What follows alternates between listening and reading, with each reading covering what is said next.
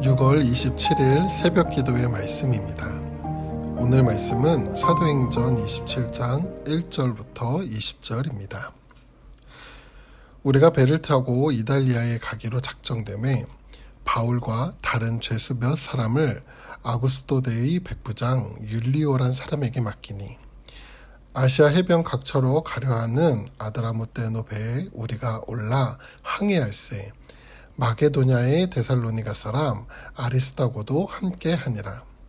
이튿날 시돈에 되니 율리오가 바울을 친절히 대하여 친구들에게 가서 대접받기를 허락하더니 또 거기서 우리가 떠나가다가 맞바람을 피하여 구브로 해안을 의지하고 항해하여 길리기아와 밤빌리아 바다를 건너 루기아의 무라시에 이르러 거기서 백부장이 이달리아로 가려 하는 알렉산드리아 배를 만나 우리를 오르게 하니 배가 더디가 여러 날 만에 간신히 니도 맞은편에 이르러 풍세가 더 허락하지 아니하므로 살몬의 앞을 지나 그레데 해안을 바람막이로 항해하여 간신히 그 연안을 지나 미항이라는 곳에 이르니 라세아 시에서 가깝더라. 여러 날이 걸려 금식하는 절기가 이미 지났으므로 항해하기가 위태한지라. 바울이 그들을 권하여 말하되 여러분이여 내가 보니 이번 항해가 화물과 배만 아니라 우리 생명에도 타격과 많은 손해를 끼치리라 하되 백부장이 선장과 선주의 말을 바울의 말보다 더 믿더라. 그 항구가 겨울을 지나기에 불편하므로 거기서 떠나 아무쪼로 베닉스에 가서 겨울을 지내자 하는 자가 더 많으니 베닉스는 그레데 항구라. 한쪽은 서남을 한쪽은 서북을 향하였더라. 남풍이 순하게 불매 그들이 뜻을 이룬 줄 알고 닻을 감아 그레데 해변을 끼고 항해하더니 얼마 안 되어 섬 가운데로부터 유라굴로로라는 광풍이 크게 일어나니 배가 밀려 바람을 맞추어 갈 수 없어 가는 대로 두고 쫓겨가다가 가우다라는 작은 섬 아래로 지나 간신히 거루를 잡아 끌어올리고 줄을 가지고 선체를 둘러감고 스르디스에 걸릴까 두려워하여 연장을 내리고 그냥 쫓겨가더니 우리가 풍랑으로 심히 애쓰다가 이튿날 사공들이 짐을 바다에 풀어버리고 사흘째 되는 날에 배의 기구를 그들의 손으로 내버리니라. 여러 날 동안 해도 별도 보이지 아니하고 큰 풍랑이 그대로 있음에 구원의 여망마저 없어졌더라. 아멘. 지난 시간 우리는 바울 가이사라에서 죄의 신문을 받기 위해 아그리빠 왕 앞에 섰을 때 그 자리에서도 당당히 복음을 전하는 바울의 모습을 살펴보았습니다. 사실 바울의 죄를 찾아내기 위해 세운 자리였지만 그에게서 사형이나 결박을 당할 만한 행위가 없다고 재판에 있었던 사람들은 모두 말합니다. 그러나 바울은 상소하였기 때문에 그 자리에서 풀려나지 못하고 로마로 압송되게 됩니다. 세상적 시각으로 보면 이 상황이 바울에게 있어 억울해 보일 수도 있습니다. 그러나 바울은 현재의 고난을 바라보며 그것에 얽매여 있는 것이 아니라 그 고난의 상황을 통해 일하시는 하나님을 기대하고 바라봅니다. 바울의 삶에 있어 그의 삶을 부르신 소명과 주신 사명의 최종 목적지를 향해 가는 과정 속에 이 고난을 피하지 않고 묵묵히 걸어나가는 바울의 모습을 통해 우리 삶의 작은 위로가 먼저 함께하길 바랍니다.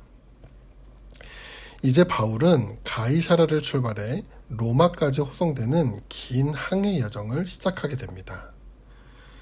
이 호송 과정에서 사도행전을 기록한 누가와 아리스다고도 함께하였습니다.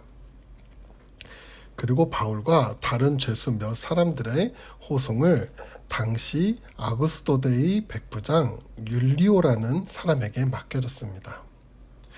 백부장 율리오는 아우구스도데라는 황제의 직속 부대의 지휘관이었습니다. 바울을 호송하는 것은 황제의 관할 하에 있는 죄수를 황제에게 직접 후송하는 일이었기 때문에 백부장 율리오가 맡은 것이었습니다. 바울이 로마까지의 호송은 육로가 아닌 배를 타고 이동하는 방법으로 결정되었습니다. 이 호송 과정은 배를 2번 옮겨 타야 했는데 첫 배는 시돈에서 무라까지 가는 연안선이었고 두 번째 배는 무라에서 로마까지 가는 큰 배였습니다. 바울의 호송 여정을 보면은 가이사라에서 육로로 시돈에 이르렀고 그곳에서 해변을 따라 순항하는 아드라무테노 배를 탑니다. 이 배는 구브로 해안을 따라 항해하며 길리기아와 밤빌리아 바다를 건너 루기아의 무라시에 이릅니다. 이 여정은 약 2주가 소요되었고 여기까지는 아무 문제가 없었습니다. 당시 무라시는 소아시아 서편 최남단에 위치한 국제항구로서 로마에 공물을 보내는 항구였습니다. 그리고 바울의 호송 일행들은 이 무라시에서 이달리아로 가는 배인 알렉산드리아로 갈아탔는데 이 배는 로마에 보내지는 곡식을 운송하는 큰 배로 많은 양의 곡물과 사람을 태울 수 있었습니다. 여러 물자와 바울을 포함한 호송 인원이 탄 배는 출발합니다. 그런데 두 번째 항해의 여정이 순탄치 않았습니다.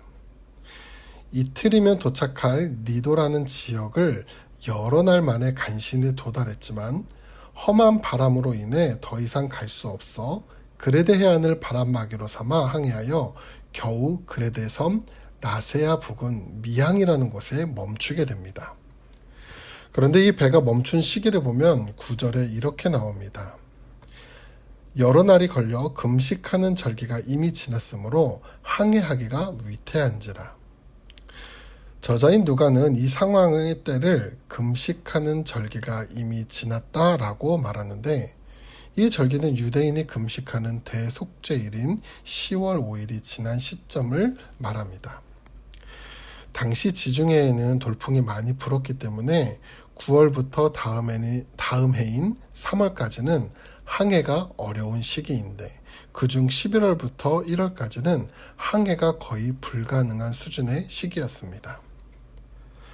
바울은 이러한 시기적 위험성으로 인해 만약 항해를 나갈 경우 물자와 배뿐만 아니라 사람의 생명까지 많은 손해를 가질 거라고 권면합니다. 바울이 이렇게 말할 수 있었던 이유는 수년간 전도를 위해 여러 번 지중해를 항해하였고 그 가운데 3번의 파선을 경험한 적도 있기에 미항에서 겨울을 나는 것이 옳은 선택이라 생각했습니다. 그러나 바울은 선장도 선주도 아니한 죄수에 불과한 사람이었습니다. 그래서 백부장은 바울의 말이 아닌 선장과 선주의 말대로 현재 정박해 있는 미항을 떠나 베닉스까지 가기로 결정합니다. 그들이 이러한 결정을 한 이유는 미항은 겨울을 나기에 불편함이 있었고 그에 반해 베닉스 항구는 사방에서 불어오는 바람을 막는 지형을 가지고 있어 추운 겨울을 지날 수 있는 천혜의 항구 도시였기 때문입니다. 또한 로마로 향하는 곡물을 빨리 수송해야 하는 상황도 있었기 때문입니다. 우리가 여기서 한 가지 생각해 볼 문제가 있습니다. 본문의 상황을 보면 항해를 진행하면 안 되는 상황이었습니다. 그런데 결정권을 가지고 있던 백부장의 선택을 보면 그가 지금 무엇에 더 집중하고 있는지 보여줍니다. 백부장의 임무는 바울과 다른 죄수들을 문제없이 로마로 압송하는 것이었습니다. 그런데 백부장은 지금 항해가 쉽지 않고 오히려 바울의 경고처럼 위험함을 들었음에도 불구하고 바울의 말을 무시한 채 선장과 선주의 말을 듣고 항해를 강행합니다. 여기서 백부장의 2가지의 내면의 모습을 살펴볼 수 있습니다. 첫 번째는 백부장은 자기에게 주어진 임무보다 자기에게 던져진 상황을 먼저 해결하려 했습니다. 백부장은 미항에 머물며 겨울을 나는 것보다 베닉스 항구로 가서 겨울을 나는 것이 훨씬 자신에게 나은 상황이라 생각했습니다. 또한 로마로 가는 물자도 신경 쓰였고 또 가능하면 자신도 힘든 겨울이 되기 전에 로마에 빨리 도착하고 싶은 마음이 있었을 것입니다. 그러나 같은 상황 속에서 하나님은 또 다른 계획을 가지고 있으셨습니다. 비록 지금 바울은 죄인의 신분으로 로마에 압송되어 가는 중이었지만 이 내면에는 바울이 로마로 안전하게 도착하여 그곳에서 바울의 사명의 완성인 로마의 복음을 전하는 것이 하나님의 계획과 일하심이었습니다. 우리의 삶 속에서도 하나님의 계획과 일하심이 있습니다. 그런데 우리는 간혹 우리에게 주어진 상황 속에서 하나님의 계획과 일하심을 발견하지 못한 채 오늘의 나의 유익을 먼저 생각하며 결정하고 행동하는 모습들이 있습니다. 우리가 복음을 소유했다는 것은 이제는 우리의 삶의 주권이 내가 아닌 하나님께 있음을 인정하는 것이며 우리의 상황과 생각보다 하나님의 뜻을 먼저 구하고 찾는 신앙의 모습을 갖는 것이 중요할 줄 믿습니다. 백부장의 모습에서 두 번째로 살펴볼 것은 바울의 말이 아닌 선장과 선원의 말을 듣고 믿었다는 것입니다. 백부장은 항해와 바다의 전문가인 선장과 선원의 말을 더 신뢰한 것이었습니다.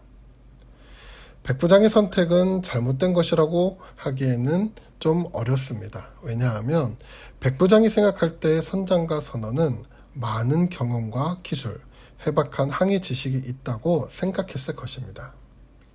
그에 반해 바울은 한낱 죄인에 불과하며 항해와 바다에 대한 지식과 경험이 없다 생각을 했을 것입니다. 저는 이 부분을 읽고 묵상할 때 예수님이 제자들을 처음 만나시는 장면이 생각났습니다. 예수님께서 베드로의 배에 올라타시며 갈릴리 바다로 조금 나가기를 말씀하십니다. 그리고 그곳에서 말씀을 가르치신 후에 베드로에게 한 가지 말씀합니다. 그것은 깊은 데로 가서 그물을 내려 고기를 잡으라는 것이었습니다. 베드로가 예수님의 말씀을 들었을 때 사실 이 말씀은 무시할 수도 있는 말이었습니다. 왜냐하면 베드로는 물고기 잡는 일을 업으로 삼는 갈릴리 바다의 베테랑이었습니다. 누구보다 그곳의 특징을 잘 알았을 것이고 갈릴리 바다에 대한 풍부한 경험과 지식이 있었던 사람이었습니다. 그리고 그날 밤도 밤새 나가 그물질을 하였지만 베테랑 어부인 베드로도 잡은 것이 없는 날이었습니다. 그런데 예수님이 깊은 곳에 그물을 던지라는 말은 자신의 경험과 지식에 비춰봤을 때 무시할 만한 말이었습니다.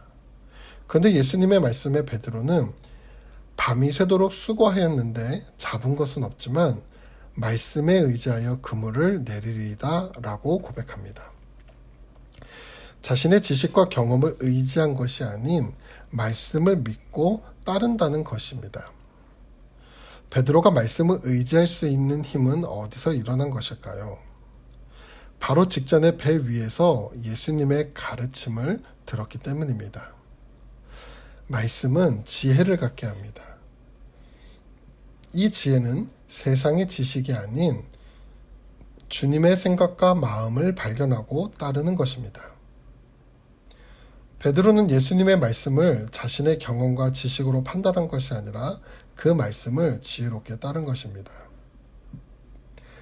백부장이 선장과 선주의 말을 듣고 믿었다는 것은 그들의 지식과 경험을 의지했다는 것입니다. 오늘 우리도 믿음의 삶을 살아가는 동안에 어떤 순간의 결정에 있어서는 자신의 경험과 지식을 더 의지하여 판단하고 결정하는 때가 많습니다. 그러나 우리의 경험과 지식을 넘는 하나님이 주시는 지혜를 소망할 때 하나님의 계획과 이끄심 그리고 믿음의 확신을 우리에게 주실 줄 믿습니다. 사랑하는 태국 한인교회 성도 여러분, 오늘 하루를 시작하며 하나님의 말씀 가운데 우리에게 주시는 지혜가 있길 간절히 바랍니다. 그리고 그 지혜를 가지고 하루를 살아갈 때 하나님의 생각과 마음 그리고 이끄심을 발견하실 줄 믿습니다. 기도하겠습니다. 은혜가 풍성하신 하나님, 우리에게 주어진 오늘의 삶 속에서 하나님이 주신 복음의 삶을 살아내도록 인도하여 주시옵소서. 그 가운데 우리의 유익을 위해 살아가는 것을 우선으로 여기는 것이 아니라 내 삶을 통해 이루실 하나님의 계획과 목적을 먼저 바라보며 살아가는 하루 될 수 있도록 인도하여 주시옵소서. 뿐만 아니라 말씀의 지혜를 품게 하시어 부족한 내 능력과 경험과 지식을 의지하는 것이 아니라 하나님의 생각과 마음을 의지하고 따를 수 있는 하루가 될 수 있도록 인도하여 주시옵소서. 오늘 하루도 감사의 은혜로 채워주실 줄 믿으며 예수님의 이름으로 기도드립니다. 아멘.